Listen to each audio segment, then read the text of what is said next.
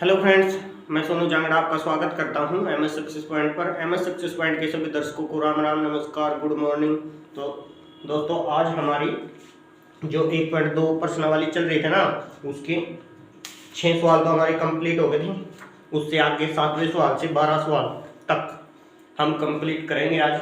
ठीक है, आपने ध्यान से समझना है, बिल्कुल बोर्ड पर ध्यान रखना है। उससे पहले दोस्तों, आपसे रिक्वेस्ट है, अगर आपने हमारा अभी तक चैनल सब्सक्राइब नहीं किया, प्लीज चैनल को सब्सक्राइब कर दें, वीडियो को एक बार ज़्यादा से ज़्यादा शेयर कर दें, अपने फ्रेंड्स के पास भेज दो वीडियो को। जो भी आपके साथ पढ़ता है उसके साथ वार्तालाप करके चैनल के लिए बताया करो। ठीक है, तो चलिए दोस्तों, हम क्लास को शुरू करते हैं। 7वां सवाल है, एक व्यापारी के पास 78,592 रुपए थे। कितने रुपए थे? व्यापारी के पास, व्यापारी का मतलब जो चीजों को लेता है और बेचता है, चाहे कुछ भी, किसी का भी व्यापार कर रहा हो, ठीक है, उसको व्यापारी बोलते हैं। और उसके पास रुपये कितने थे? 78,592 रुपए थे। कितने रुपए? 78,592 रुपए उसके पास थे। उसने 40 रेडियो खरीदने का ऑर्डर दिया। इसका मतलब क्या था? वो व्यापारी किसका था? रेडियो का। और रेडियो खरीदता था और बेचता था। तो उसने 40 रेडियो खरीदने का ऑर्डर दिया तथा प्रत्येक रेडियो का मूल्य 1200 रुपए था। उसने कितने रेडियो खरीदने का ऑर्डर दिया? 40 रेडियो का। और जो रेडियो एक रेडियो का कितना मूल्य था? एक का था 1200 रुपए। कितना रुपए था? 1200 रुपए। और ऑर्डर दिया उसने 40 का। और रुपये कितने थे उस पे? 78,592 रुपए। यही थे ना? हाँ, 78,500 रुपए उस व्यापारी के पास कुल थे। उसके बाद एक रेडियो का मूल्य है 1200 रुपए। और उसने क्या किया? 40 रेडियो का ऑर्डर कर दिया। तो अब मेरे को एक बात बताओ, आपके पास 10 रुपए हैं। आपके पास कितने रुपए हैं? 10 रुपए हैं। और आपने समझ लो, जब 40 रेडियो का उन्होंने ऑर्डर किया, तो इसका मतलब वो 40 रेडियो खरीद ली। 40 रेडियो खरीदी, किस हिसाब से? 1200 रुपए प्रति रेडियो। ठीक है, कि एक रेडियो उसने 1200 रुपए की पड़ी है, तो 40 रेडियो कितने की पड़ी? और उसके पास टोटल रुपये ये थे। वही बात है, जितने रुपये ये थे आपके पास, कितने रुपये? कितने कि 10 है। आपके पास 10 रुपये, उसके पास थे 78,592 रुपए। और आप दुकान पे गए और दुकान से पेन लिया। दुकान से पेन लिया। पेन लिया आपने 4। पेन कितने लिए? 4। और एक पेन 2 रुपए का था। एक पेन कितने का? 2 रुपए का पेन मिला आपको। और 4 पेन आपने खरीदे। और मैं अब आपको ये बोलूं कि आपके पास 10 रुपए थे, तो अब शेष कितने रुपए बच गए? शेष कितने रुपए आपके पास बच गए? तो आप क्या करोगे कि 4 पेन कितने का है? प्रत्येक पेन 2 रुपए का। तो आप पहले तो इन दोनों की क्या करेंगे? गुणा। 4 दूनी 8। तो इसका मतलब अपने पेन 4 पेन कितने के आए? 8 रुपए के। उसके बाद अपने पास कितने रुपए थे? कुल 10 रुपए। तो इसका मतलब 10 में से 8 जाएंगे तो वो राशि आ जाएगी जो हमारे पास शेष बच गई। अब अपने पास कितने रुपए हैं? 2 रुपए। तो वही इसने कहा, कुल कितने रुपए? ये एक रेडियो खरीदी 1200 रुपए की, उसने टोटल खरीदी रेडियो 40। तो इन दोनों की गुणा करके इसमें से घटाना, बस वही बताना आपने। तो हम कैसे करेंगे इसको?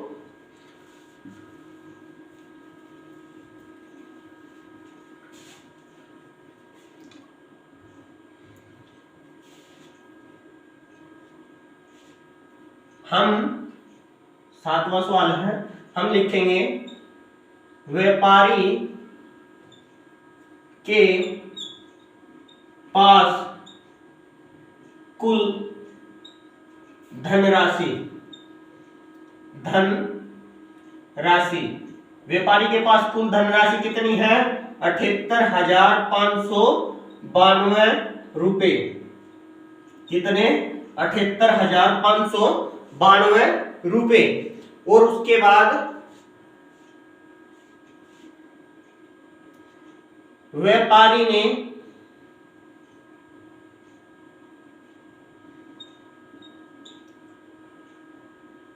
कुल रेडियो खरीदी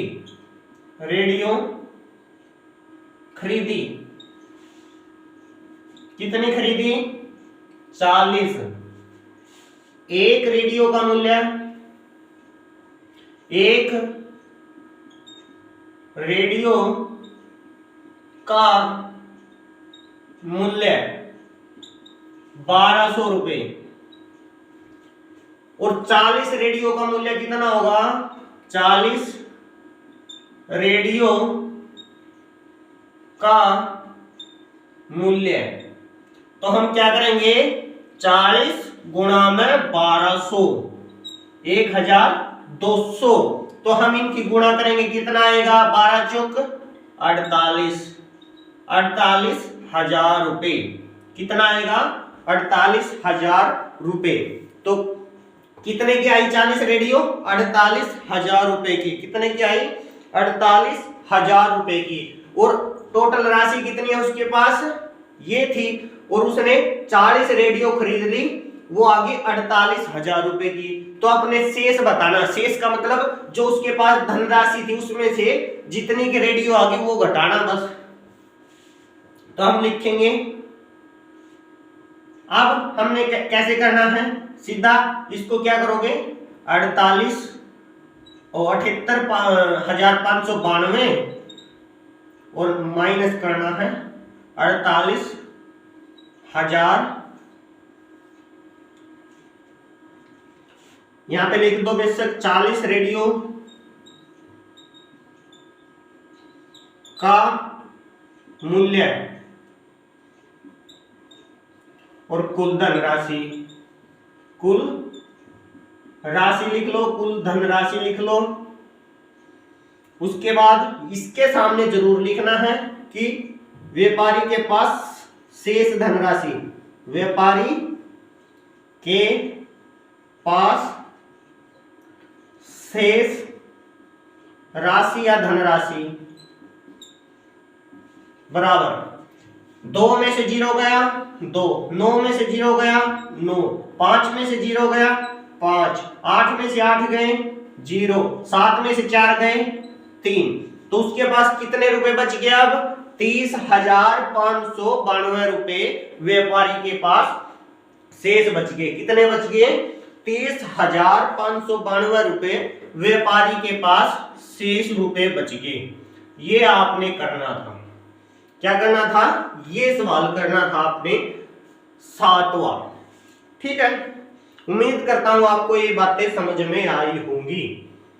ठीक है, अब हम चलते हैं 8वें सवाल की ओर। ठीक है, चले। अगर आपने नहीं लिखा है तो वीडियो रोककर लिख लीजिए।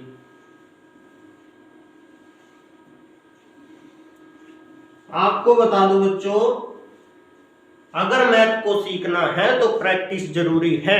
वीडियो को देख के आप एक बार जरूर निकाल के देखा करो। वीडियो को देखने के बाद, उसके बाद इसने कहा है, एक विद्यार्थी ने, 8वां सवाल है, एक विद्यार्थी ने, और ये बच्चों आपकी नहीं है क्लास, ये भी साफ ही कर दो।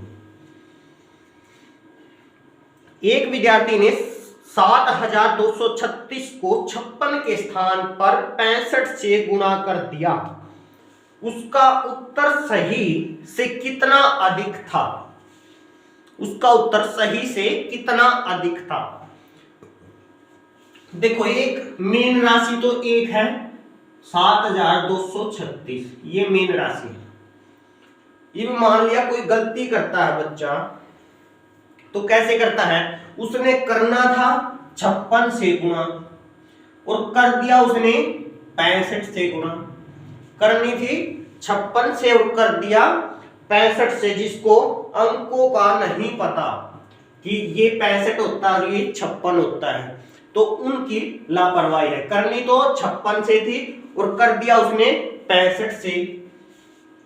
7256 अब 36, सॉरी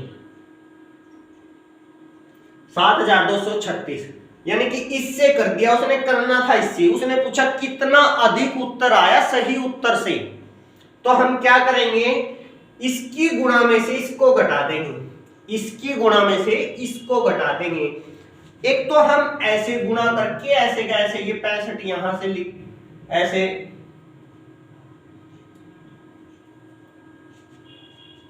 और ये इससे गुणा करके यहां पे जो आएगा, यहां पे जो आएगा इन दोनों की, और फिर उसके बाद इसके में से यही बढ़ाएगा ना, क्योंकि ये बड़ा अंक है 65, इससे गुणा कर दी, गुणा फिर इसका गुणनफल भी बढ़ाएगा। अगर ये गुणनफल बढ़ाएगा और ये छोटा आएगा, तो इस बड़े में से ये छोटा घटाना। एक तो है ये, लेकिन हमने करना तरीके वाइज। तो हम वो तरीके वाइज कैसे होता है, हम लिखेंगे इसको 7236 गुणा में 65 माइनस 7236 गुणा में 56, ऐसे करेंगे। उसके बाद आपको एक बात बताऊं, अगर एक फॉर्मूला है, आप भी लिख लीजिए, a गुणा में b माइनस, अगर माइनस है बीच में, ये भी अगर ब्रैकेट में लिखना चाहो तो ब्रैकेट में लिख सकते हो आप, और a गुणा में c, a गुणा में b माइनस a गुणा में c, तो इसको लिखेंगे a, यहां पे अगर माइनस है तो a into b minus C, b minus C, a into B minus C, ये उत्तर आएगा इसका। ठीक है, ये फॉर्मूला लिख लिया। अगर प्लस का है a, अगर कोई संख्या a फिर b प्लस दे दिया, जैसे यहां पे क्या है माइनस, तो हमारा ये फॉर्मूला यूज होगा, क्योंकि a यानी कि दो सेम संख्या है, दो सेम संख्या के साथ यहां भी गुणा में यहां भी गुणा में, तो उसमें फॉर्मूला लगेगा ये। उसके बाद a गुणा में c, तो फिर आएगा a b प्लस c, ये फॉर्मूला। ये फॉर्मूला कैसे यूज होता है, देखो अगर हमको यहां पे a और यहां पे, इसका मतलब क्या है, ये b c कहां से आया, तो देखो a और a, इसका मतलब ये दर्शा रहा है कि अगर कोई संख्या इस पहले भी, यानी कि इस ब्रैकेट में भी पहले a की संख्या हो और इस ब्रैकेट में भी a की संख्या हो, और b और c ये दर्शा रहा कि वो संख्या अलग अलग से, a की संख्या दो अलग अलग संख्याओं से गुणा हो रही है, एक तो इससे और एक इससे। ठीक है, जैसे मैं लिखूं 5 गुणा में 3, और ये ही सेम अगर माइनस है तो 5 गुणा में 2, ये तो सेम संख्या होगी, ये अलग अलग होगी, तो फार्मूला यूज होगा ये। तो इसका फार्मूला कैसे यूज होगा, इसका मतलब आएगा ये कि यहाँ पे a है दोनों जगह, तो पहले a लिख लेंगे हम, यहाँ पे भी a है तो a लिख लिया। उसके बाद b माइनस सी, b क्या है 3, c ये हो गया, तो माइनस, यहां पे माइनस है 2 कर लो। अब 5, इसका ब्रैकेट का मतलब गुणा होता है, ब्रैकेट का मतलब क्या होता है गुणा, तो गुणा में 3 माइनस 2 कितना आया 1, तो 5 गुणा में 1, 5 एकम 5, एक तो हमने ये निकालना। ठीक है, इसका उत्तर कितना है 5। अगर हम ऐसे निकालते, देखो हम ऐसे निकालते 5 दिए 15 माइनस 5 दूनी 10, फिर कितना 15 में से 10 गए 5, 15 में से 10 गए 5, वही उत्तर आया ना। किसी भी तरह कर सकते हो, आपको फॉर्मूले लिखवा दिया। अगर डायरेक्ट आपने इस तरीके से करना, क्योंकि अगर इस तरीके से करेंगे हम, अगर इस तरीके से किया तो हम क्या करेंगे, यही गुणनफल एक ही बार करना पड़ेगा। अब तो हमने 2 बार किया नीचे, जो अब दोबारा से किया, 2 बार करके फिर घटाया। एक इसमें क्या है, ये छोटी हो जाएगी, ये संख्या छोटी हो जाएगी और एक बार गुणा करनी पड़ेगी उससे, ठीक है। अब इसमें फॉर्मूला होगा, इसमें ये वाला पहले वाला, ठीक है। तो हम पहले क्या करेंगे, यही लिखेंगे 7236 ब्रैकेट 65 माइनस 56। अब 7200, यहाँ पे गुणा लिखना चाहो तो गुणा में लिख सकते हो या ऐसे छोड़ सकते हो गुणा में। अब 65 में से 5 में से 6 जा नहीं सकते, तो इसने ऐसे लिया, इसका मतलब यहाँ 15 15 में से 6 गए 9। अब इनकी दोनों की गुणा कर देंगे, इन दोनों की गुणा कर देंगे, वही आएगा 9 छिका 54, ऐसिल 5, 9 तिया 27 और 5 32, ऐसिल 3, 9 दूनी 18, 18 3 21, ऐसिल 2, 9 से 63 और 2 65। कितना उत्तर आया अपना 65,124। कितना उत्तर आया 65,124। ये अपना सही, यानी कि इतना ज्यादा उत्तर आया उसका, ठीक है। आपने करना इतना, आपने इतना करना है। उसने जो गलती की थी ना, उसने इतना उत्तर ज्यादा निकाल दिया था। ये नियमों वाली कॉपी में लिख लेना अपनी, जो मैंने बोला था कि 3 कॉपी लगा लो, एक साफ कॉपी, एक रफ जिसमें से अवनिक उतार रहे हो, एक तो वो तो होगी रफ। उसके बाद जो मैं नियम बताऊं, मैंने नियम पहले भी बताया है, और उसके बाद उससे पहले भी अगर आप बिल्कुल मैथ में कमजोर है तो बेसिक मैथ क्लासेज के नाम से प्लेलिस्ट है, MS सक्सेस पॉइंट पर ही प्लेलिस्ट में जाइए और वहां पे पाएगी बेसिक मैथ क्लासेज के नाम से। उन क्लासों को टोटल किसमें उतारना आपने, नियमों वाली कॉपी में, ठीक है, वहां से भी उतार सकते हो। अगर आपका बेस क्लियर है तो आप जो मैं नियम बताऊं साथ के साथ क्लास शुरू होने से पहले, यानी कि मैं जब चैप्टर शुरू होता है तो मैं उसके नियम लिखवाता हूं चैप्टर के, तो वो लिखने हैं आपने उस कॉपी में, ठीक है। ये भी उस नियमों वाली कॉपी में, और साफ कॉपी में आप एक्सरसाइज जो भी सवाल करवा रहा हूं वो साथ के साथ आप करते रहिए साफ कॉपी में, ठीक है।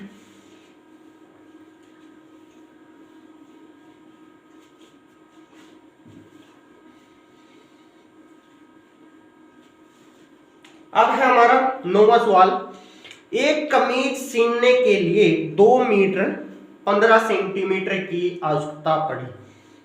देखो, ये एक्सरसाइज शुरू होने से पहले, बिल्कुल पहले मैंने ये 1.2 जब शुरू करवाई, उससे पहले एक क्लास डाली थी। उस क्लास में क्या था, उस क्लास में मैंने किलोग्राम, हेक्टोग्राम, डेका, मिली, सेंटी, डेसी सभी के बारे में टोटल डिटेल में बता रखी है। अगर आपने वो क्लास नहीं देखी तो आपके लिए 9वां सवाल मुश्किल है, ठीक है। आपको अगर मैं समझा भी दूं तो आपको मुश्किल लगेगा, अगर आपने वो क्लास देख ली तो आपको आसान लगेगा। आप एक बार वो क्लास देखियो और वो क्लास आपको जिंदगी भर काम आएगी वो क्लास, ठीक है। तो 9वां सवाल है, एक कमीज सीने के लिए 2 मीटर 15 सेंटीमीटर कपड़े की आवश्यकता पड़ती है। 9वां सवाल है, एक कमीज सिलने के लिए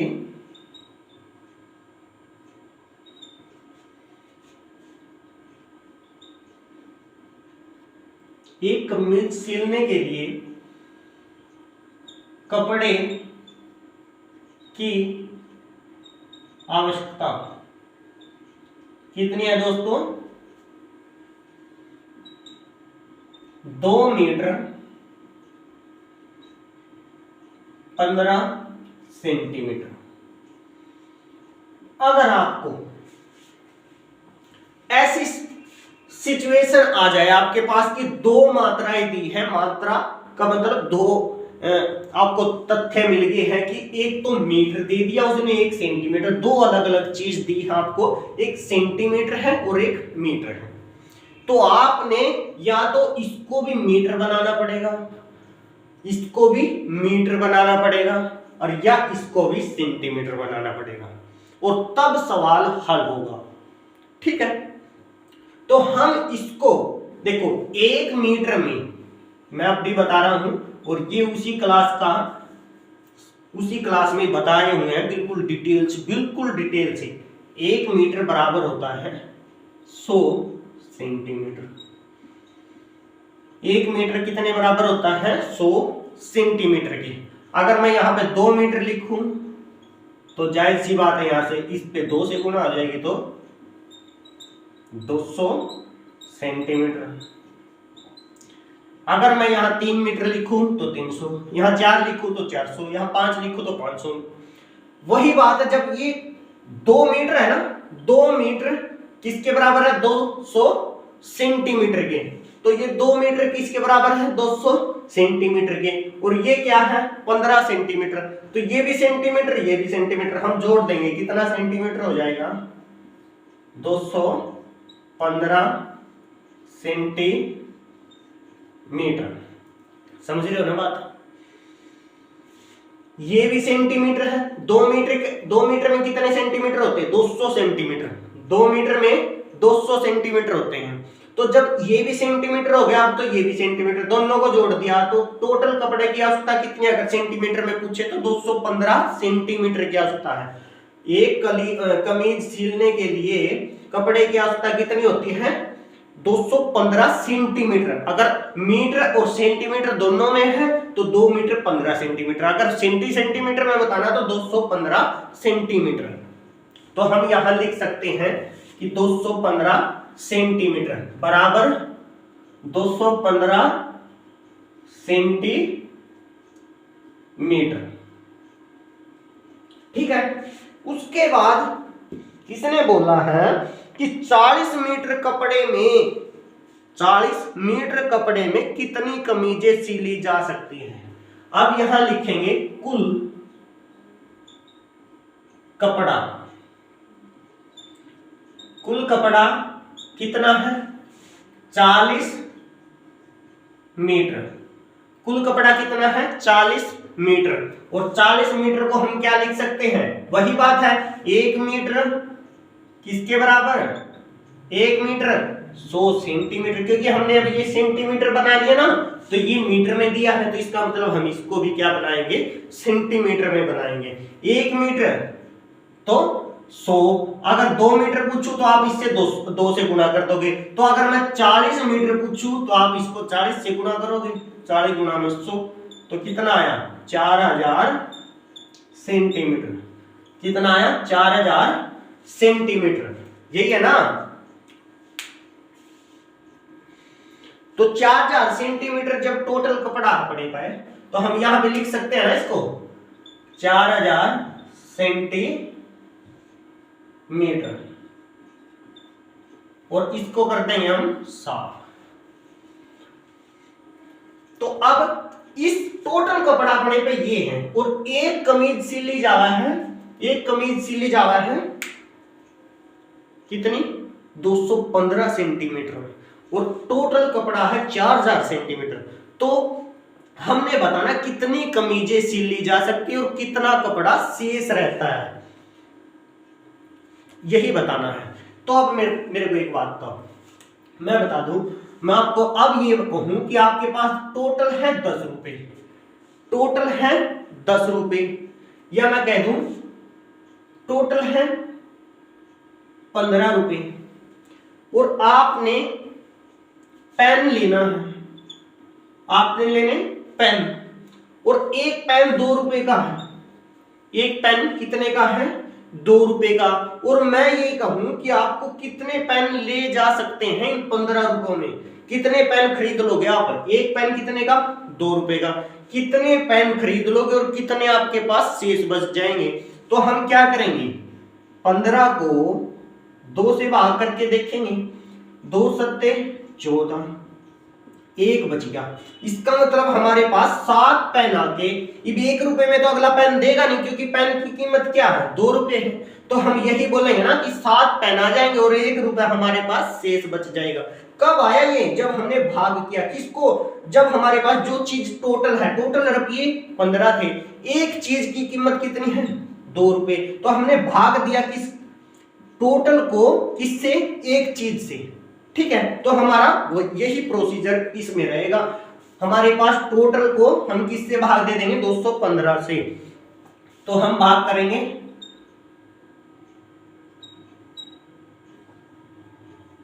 215, 215 से हम भाग करेंगे। तो अब देखो 215 को हम एक से 215 पढ़ा लिखे, अगर हम 2 से गुना करके देखें, 2 पंजी 10, ऐसे ले 2 1 2 3, 2 दूनी 4, ये कितना? 430। लेकिन हमारे पास कितना है? 400। तो इसका मतलब एक पे चलेगी, ये तो ज्यादा होगा ना 430। 215।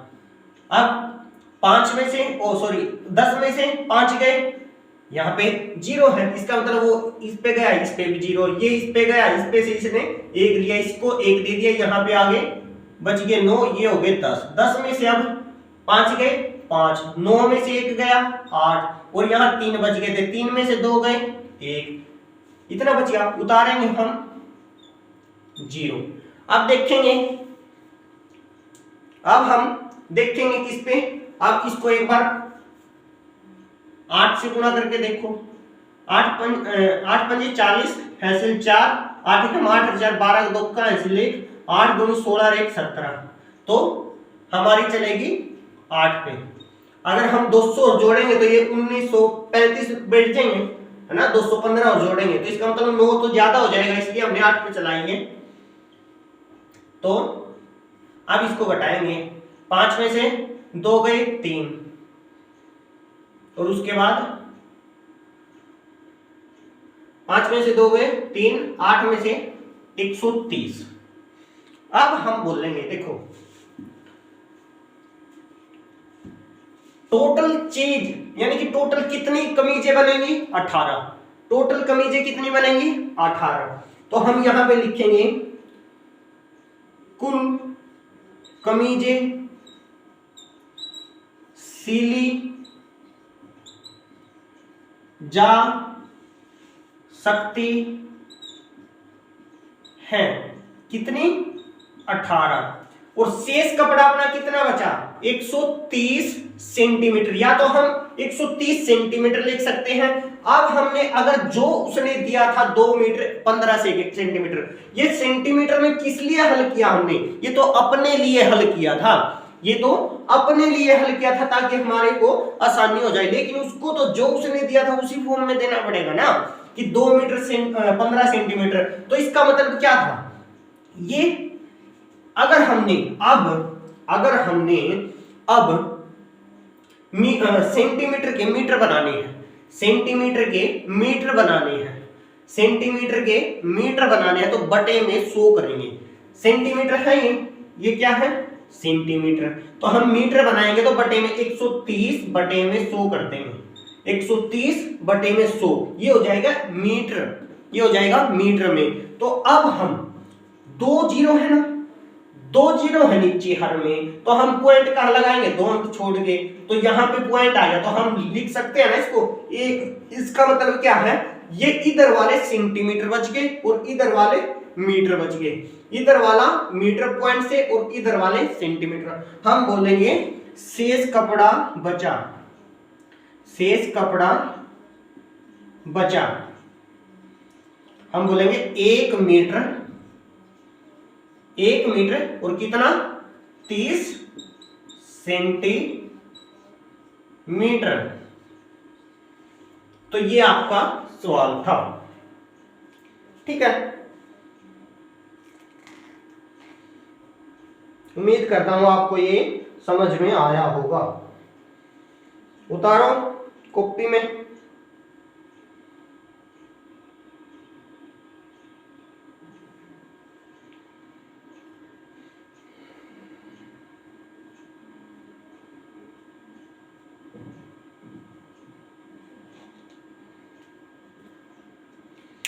दसवां सवाल है दोस्तों, 9, 3 सवाल रह गए हैं।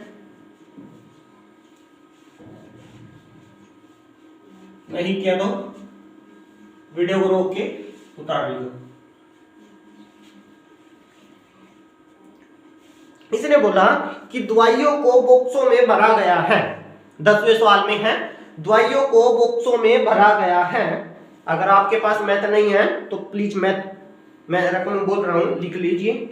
दवाइयों को बॉक्स में भरा गया है और ऐसे प्रत्येक बॉक्स का भार 4 किलोग्राम 500 ग्राम। इसमें भी क्या दी, 2 मात्राएं दी है, एक तो किलोग्राम की, एक ग्राम की। एक बॉक्स का भार कितना दिया उसने, 4 किलोग्राम 500 ग्राम। इसका मतलब 4.5 किलोग्राम का एक बॉक्स है। और टोटल बॉक्स यानी कि एक वैन में 800 किलोग्राम से अधिक भार नहीं जा सकता।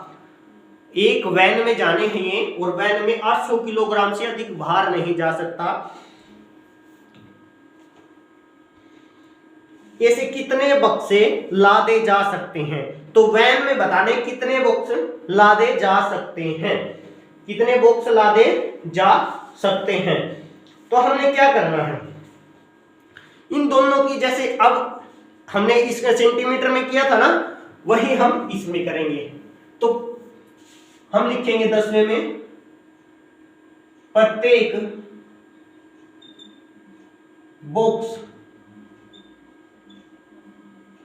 का भार बराबर 4 किलोग्राम 500 ग्राम।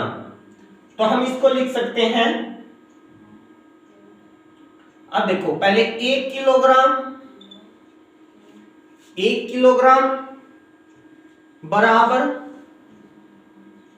1000 ग्राम, 1000 ग्राम की। जब 1 किलोग्राम में 1000 ग्राम होते हैं तो 4 किलोग्राम में कितना होगा, 4 किलोग्राम में 4000, 4 से गुणा करते हैं 1000 की तो 4000 ग्राम। 1 किलोग्राम में 1000 ग्राम होता है तो 4 किलोग्राम में कितना होगा, 4000। और हमने ये ग्राम में ही दिया हुआ है, ये क्या है, ये ग्राम में है। तो हम इसको जोड़ देंगे, टोटल कितना हो जाएगा, हम 500 को जोड़ देंगे तो 4500 ग्राम टोटल। एक बॉक्स का भार अगर हम ग्राम में, तो बस ग्राम में, किलोग्राम में नहीं, ग्राम में बोले तो 4500 ग्राम, 4500 ग्राम हम ऐसे लिख सकते हैं। उसके बाद वैन कितना वजन ले सकती है, वैन अब लिखेंगे वैन द्वारा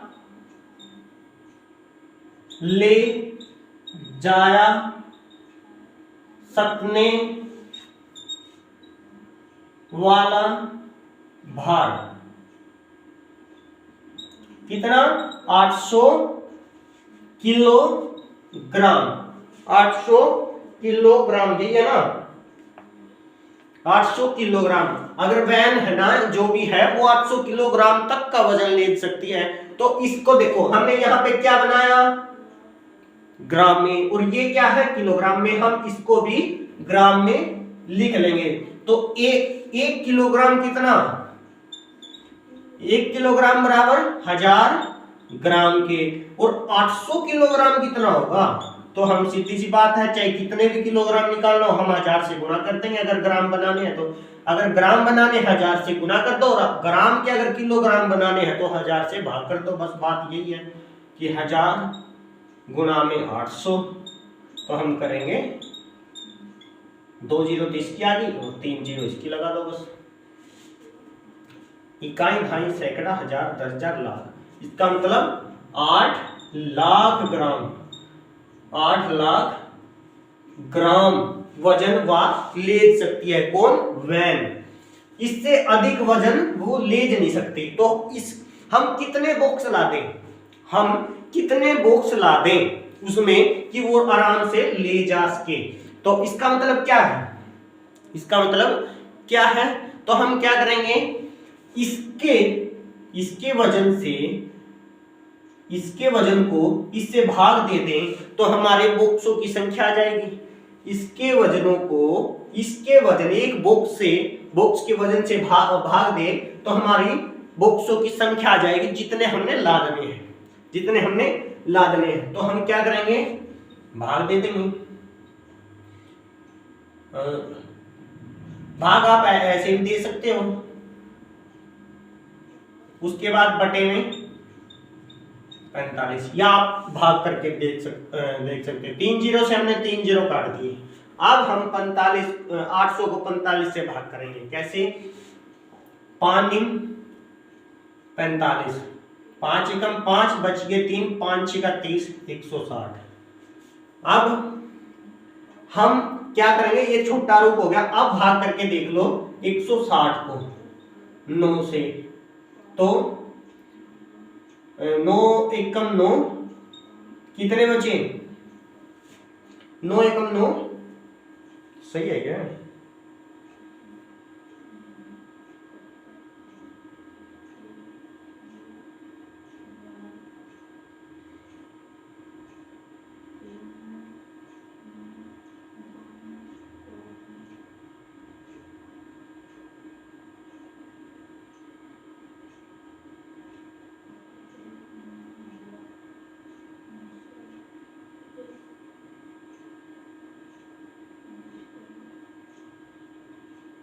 मैं भी कहूँ गलती तो होगी है यहाँ पे। देखो दोस्तों, हमने यहाँ पे 2 जीरो थे, हमने 3 जीरो ले लिया, यहाँ पे 2 जीरो है, हम ऐसे करेंगे 4500, 2 जीरो से काटेंगे। आप देखो 9 5 पे तो आया अपना 5 एकम 5, 5 छीका 30, 1600। अब 9 को 1600 को करेंगे 9 से, 9 एकम 9, बच गए कितने 7, 9 से 63, बच गए 7, उतारी 0, 9 से 63,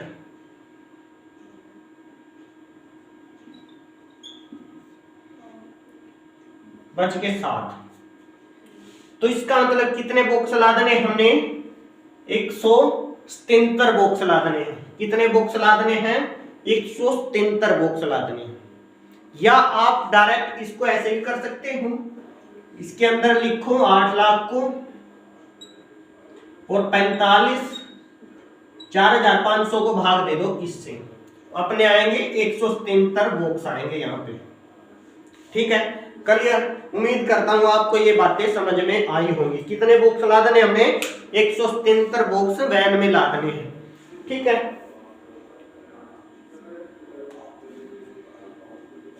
क्लियर। करे साहब, 11वां सवाल है,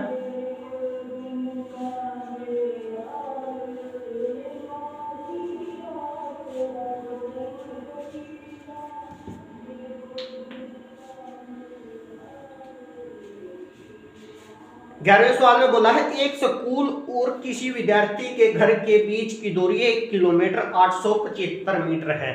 घर के और किसके बीच की दूरी, स्कूल के बीच की दूरी 1 किलोमीटर 875 मीटर है। प्रत्येक यह दूरी 2 बार तय की जाती है, कि एक बार तो वो जाता है स्कूल में और फिर वो घर आता है, तो 2 बार दूरी तय कर दी। तो इसने पूछा 6 दिन में उस विद्यार्थी द्वारा तय की गई कुल दूरी कितनी है, कुल दूरी कितनी है। तो देखो,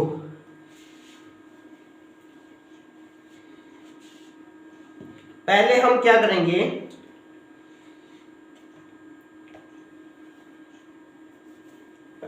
हम लिखेंगे 11वें सवाल में स्कूल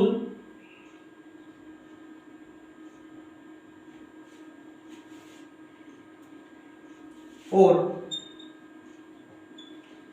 घर के बीच की दूरी 1 किलोमीटर 875 मीटर। 1 kilometre 875 metre.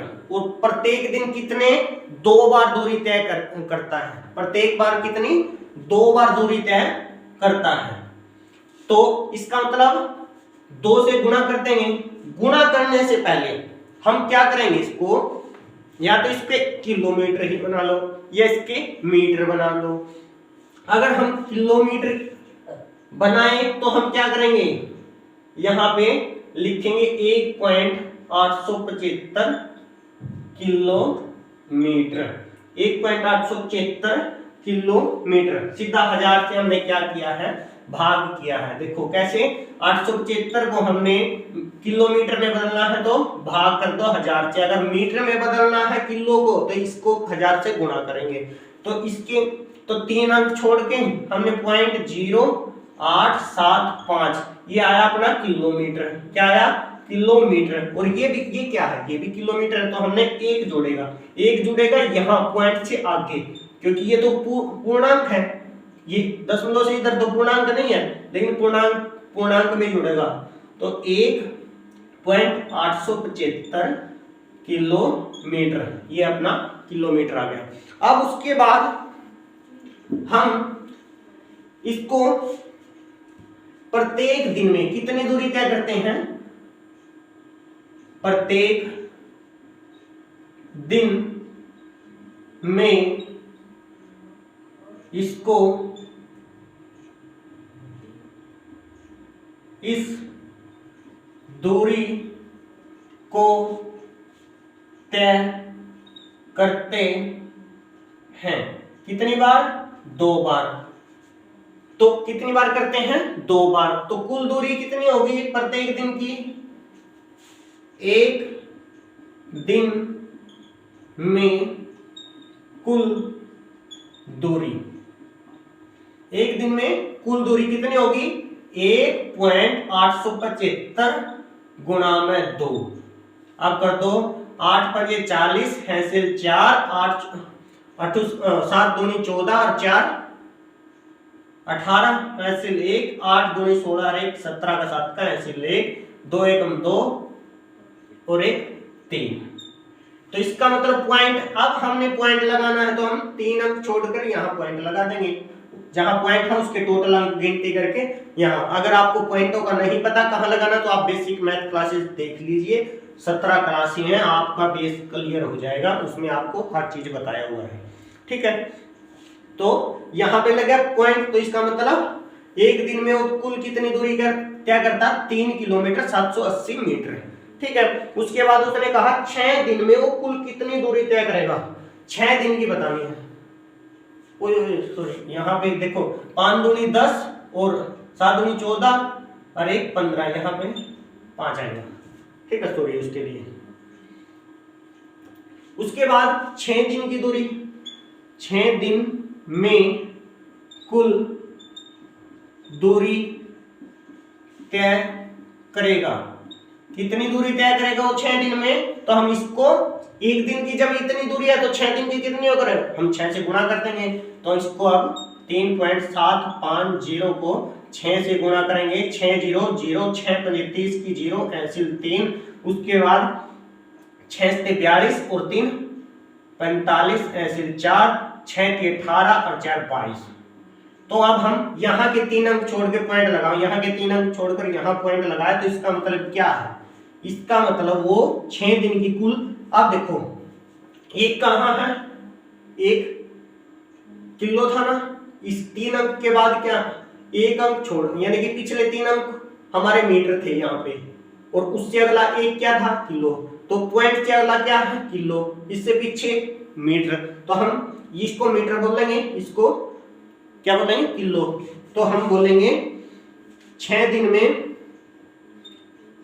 में 22 किलोमीटर तथा 500 मीटर की दूरी तय करेगा। ठीक है, 6 दिन में वो कितनी दूरी तय करेगा? 22 किलोमीटर 500 मीटर की दूरी तय करेगा। उसके बाद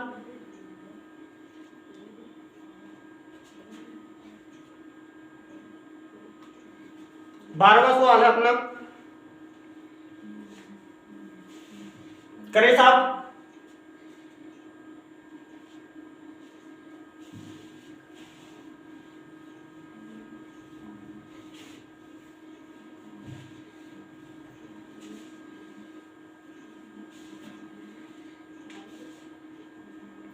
एक बर्तन में 4 लीटर 500 मिलीलीटर, एक बर्तन में 4 लीटर 500 मिलीलीटर दही है। कोई सा बर्तन है जिसमें 4 लीटर 500 साढ़े चार लीटर दही है, और उसके बाद 25 मिलीलीटर धारिता वाले गिलास है जिसमें दही कितनी आती है? 25 मिलीलीटर आती है। ठीक है, 25 मिलीलीटर एक गिलास में आती है और कुल दही कितनी है? 4 लीटर 500 मिलीलीटर। तो इसने कहा कितने गिलास भरे जा सकते हैं। क्या बोला उसने? कितने गिलास भरे जा सकते हैं। तो अपने गिलास की जो मात्रा दी है वो कितनी दी है? मिलीलीटर में, केवल मिलीलीटर में दी है। तो हम क्या करेंगे?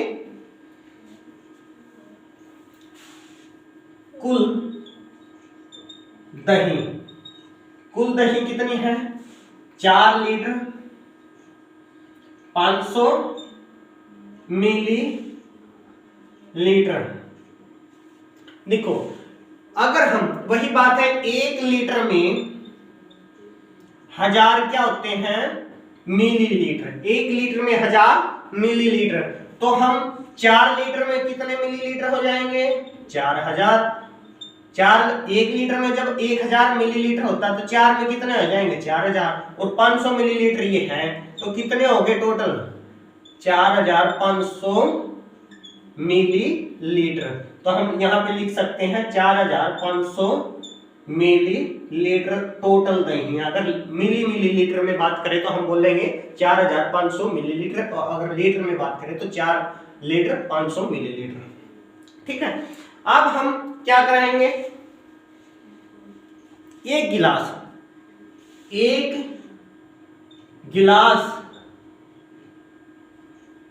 में दही आती है, कितनी आती है? 25 मिलीलीटर। तो अगर हम इस टोटल को, जितनी हमारे पास दही है, इस एक से भाग दे दे एक गिलास के, तो हमारे वो गिलास आ जाएंगे जितने इस दही में भरे जा सकते हैं। ठीक है, तो हम क्या करेंगे? 4500 अंदर लिखेंगे और 25 से हम क्या करेंगे? भाग। 25 एकम 25, क्योंकि 50 ज्यादा हो जाएगा दूनी पे चलाएंगे तो। अब बच गए 20। ठीक है, उतारा कितना? 0 उतारे। तो अब 25 8 200, और ये 0 है, इसकी जगह 0 लगा दी हमने।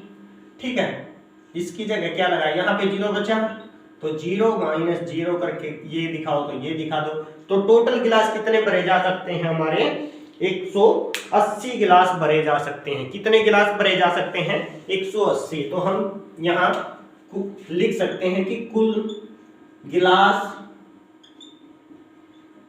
भरे जाएंगे बराबर 180 गिलास। ठीक है, आपकी दोस्तों एक्सरसाइज 1.2 कंप्लीट हो चुकी है। उम्मीद करता हूं आपको ये 12 के 12 सवाल समझ में आ गए होंगे। ठीक है, तो मिलते हैं अगली वीडियो में। आज के लिए बस इतना ही। सन्निकटम मान बिल्कुल आपने, बहुत इंपॉर्टेंट है। 1.3 से पहले कुछ बातें बताएंगे, फिर एक एक्सरसाइज शुरू करेंगे। ठीक है, और लास्ट एक्सरसाइज है इस चैप्टर की, ये कंप्लीट करके दूसरा चैप्टर पूर्ण संख्याएं। ठीक है, तो आज के लिए बस इतना ही। उम्मीद करता हूं आपको ये सभी बातें समझ में आई होंगी।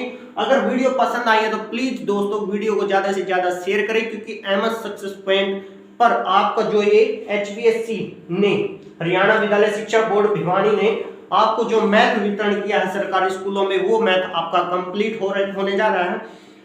पूरा मैथ इस पर सोल्व होगा हिंदी मीडियम का। उसके बाद इंग्लिश मीडियम बैच शुरू करेंगे।